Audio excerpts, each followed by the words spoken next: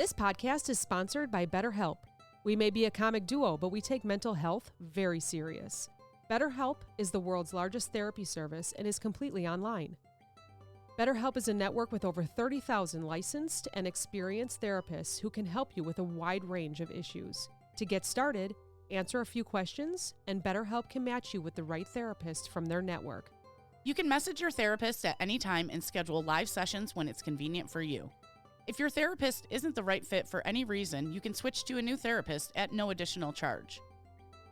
With BetterHelp, you get the same professionalism and quality you expect from in-office therapy, but with a therapist who is custom-picked for you, more scheduling flexibility, and at a more affordable price. Get 10% off your first month at betterhelp.com/amp. That's BetterHelp, HELP.com/amp. Woo! What a day. It was just like your typical 12-hour day, but it felt like 36. There were so many different phone calls and emails. And luckily I was rested and I was ready for it, so it was fine. But I was just wondering how exhausted I would be if I lost sleep and then had a day like this. It was just one problem after the next. We all have those days, right? So I get home and I sent a couple other emails out, and then I decided I'm just going to walk away from the everyday and get on TikTok, because we all know we love TikTok over here. And I started scrolling, and I don't know about you, but on my socials, because I'm not on it too often, I go and I post stuff and then I hop back off. Every third video or every third clip or every couple, even on my friends page on my socials like Facebook or Instagram, there's an ad. And on Facebook, people do their own ads. You know, they're their own actors and actresses on there. So for example, and this is the reason why I'm recording, is I was watching an ad and it was for what reminded me of the ShamWow from years ago. It was a big kind of towel, I would say like 2x2 or 3x2.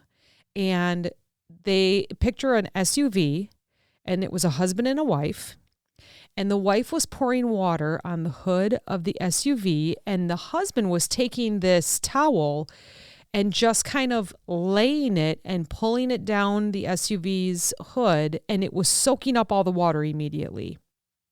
And she did it a couple times. She was like, "Look at this. Can you believe this?" Because they were selling this towel.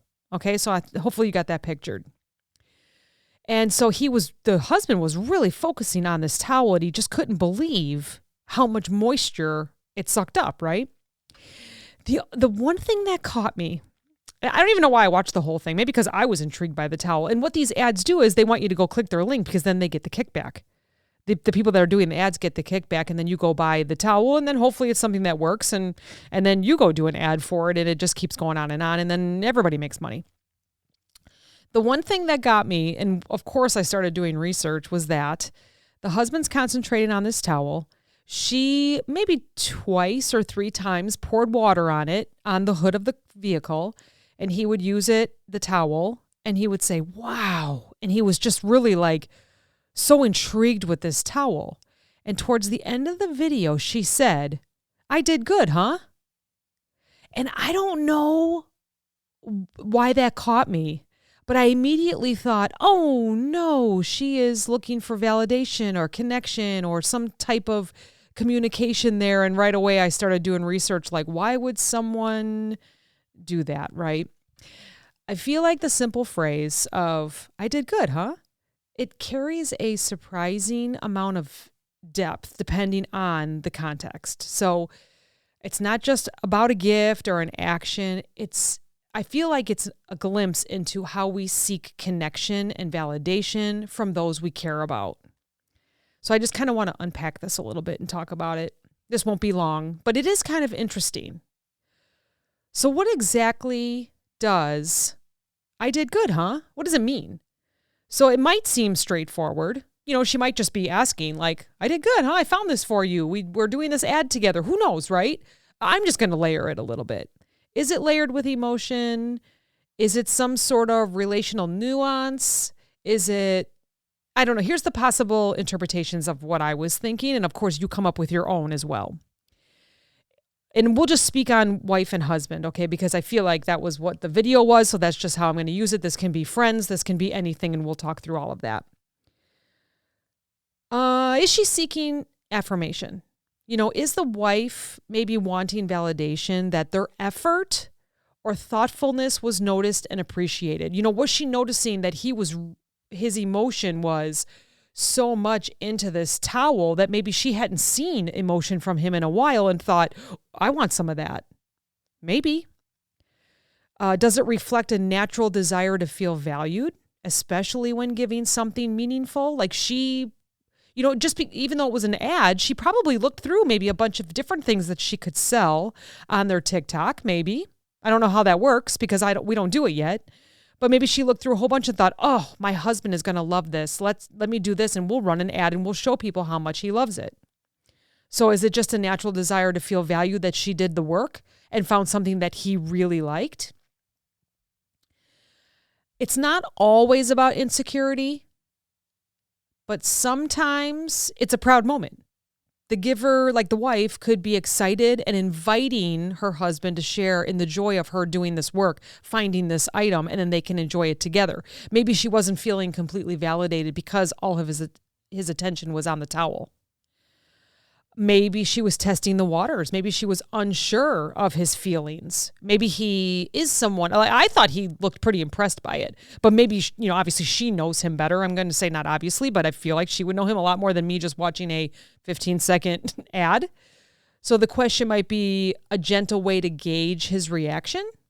So maybe it's not really about her. Maybe it's just his reaction. Maybe he wasn't as excited as he normally would. I thought he was impressed by it. Maybe it was just me. I was impressed by it. How about habitual or style-based communication? Maybe it's a habit for her to say stuff like that just to kind of get some kind of feedback. For some, asking for feedback like this is just how they interact with people without any type of deeper emotional layers. Now let's talk about if it's needing attention, if someone's needing attention. I would like to address the idea that seeking validation might mean she could be craving attention. The reality is the need for attention isn't inherently negative. It's human, right? We all like attention a little bit, most of us.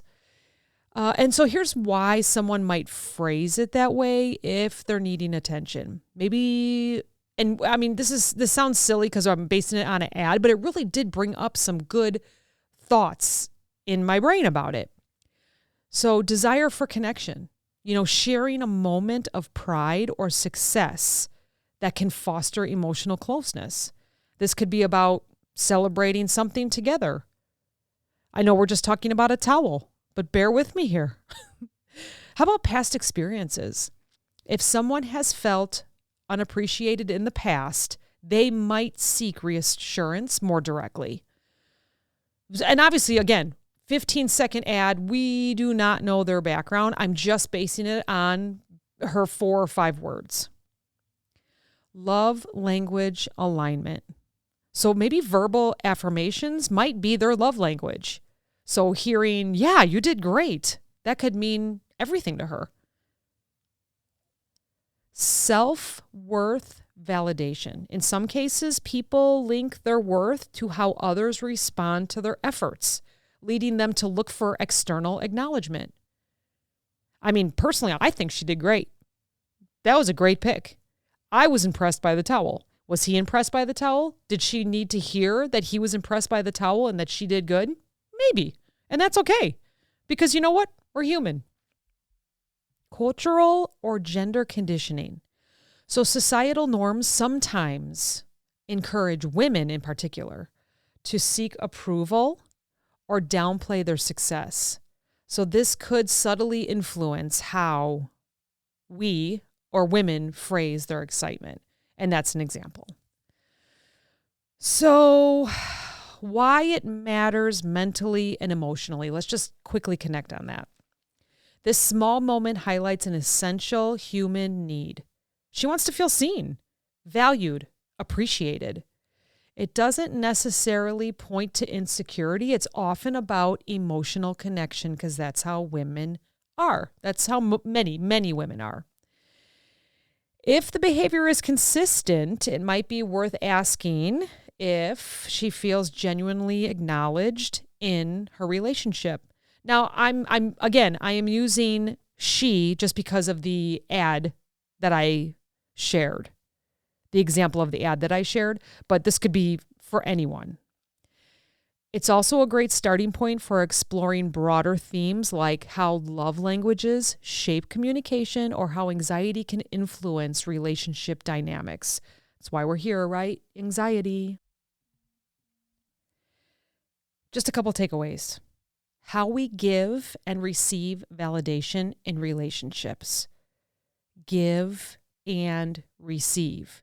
Sometimes receiving is hard too, because maybe they'll say, yeah, you did great. And you'll think, well, but did I really? Oh, just hold on to that. Yes, you did. You did great. Hey, I did good, huh? Yeah, you did. How long did it take you to pick out this towel for me? Or what were the other items that you saw but thought this would be the best? Have the conversations, have fun with it. Cultural, personal, and relational experiences shape our simple yet meaningful moments. They really do. Be there for each other. A phrase as simple as, I did good, huh? Is such a reminder of how deeply we all crave connection. It's worth thinking about how we respond to these moments. So you have to listen for them too, if you're on that end. If you're on that side of it and someone says, I did good, huh? You did. Thanks so much for thinking about me. This is amazing. Tell me how you came to this solution. Tell me how you bought this. Acting interested and actually being interested in something really could help someone feel stronger, more confident, build their self-esteem. Think about it. You want to be with someone that has a strong self-esteem. Because then, if they love themselves, they have a strong self-esteem, then they're going to just bring it right back to you. And they're going to build you up and they're going to help you during hard days. So I just want to talk about some other common phrases that you might hear from someone that is seeking affirmation or attention. And then you can note it and say, maybe I can give just a little more attention, or maybe we can have a conversation about this. Did I do okay? You liked it, right? Do you think they'll like it? That turned out pretty good, didn't it? I wasn't sure about it. What do you think? I hope this is what you wanted, when it's the exact thing that you asked for. So, validation-seeking phrases. Now, if they're looking for some extra attention from you, did you notice what I did? I worked so hard on this. Tell them yes. Tell them yes. And you know what I noticed in some relationships and in my own? I worked so hard on this and they said, yeah, me too. I did this, this, and this. It kind of underplays how hard you worked. So be careful with those too. I worked so hard on this. Yes, you did. Now's not your time to say, yes, you did. And I also worked hard on this, right? Now's not the time. They're attention seeking. Give them some attention. I've been thinking about this all day. Really? Tell me about it. And then listen. Don't listen to respond. Subtle affirmation requests would be, it's not bad, is it? I was nervous about it. How does it look? Be honest. Do you really like it? So those are just affirmations. Habitual or relational attention statements would be, I just wanted to check if it's okay. I did this because I thought you'd love it. So a lot of them are the same, but there are different reasons for it. Attention seeking, validation, affirmation, relational attention. So just kind of pay attention to that. And really, I think it's cool and I think it's neat that if someone is asking you, they value your opinion and they want you happy. So think about that as well. This person that's asking you a question like this, they might be seeking attention on themselves, but it's because they want to know that you're happy and they did good for you. So think about it that way as well. If you're the one seeking attention or affirmation, if you find that you're the one that's asking the questions because maybe you don't feel like you're getting enough attention, it's important to understand your needs and find healthy ways to address them. So just a couple practical steps that you can take if you're the one asking the questions or maybe needing a little extra attention. Let's start with self-reflection. Pause and ask yourself, why do I want this acknowledgement? Is it about feeling appreciated, connected, or valued to this person? Or let's talk about identifying triggers, right? Pay attention to when and why these feelings arise. Does it happen after a big effort? During a stressful time, you just need that extra affirmation or the extra attention? Or maybe when you're feeling insecure?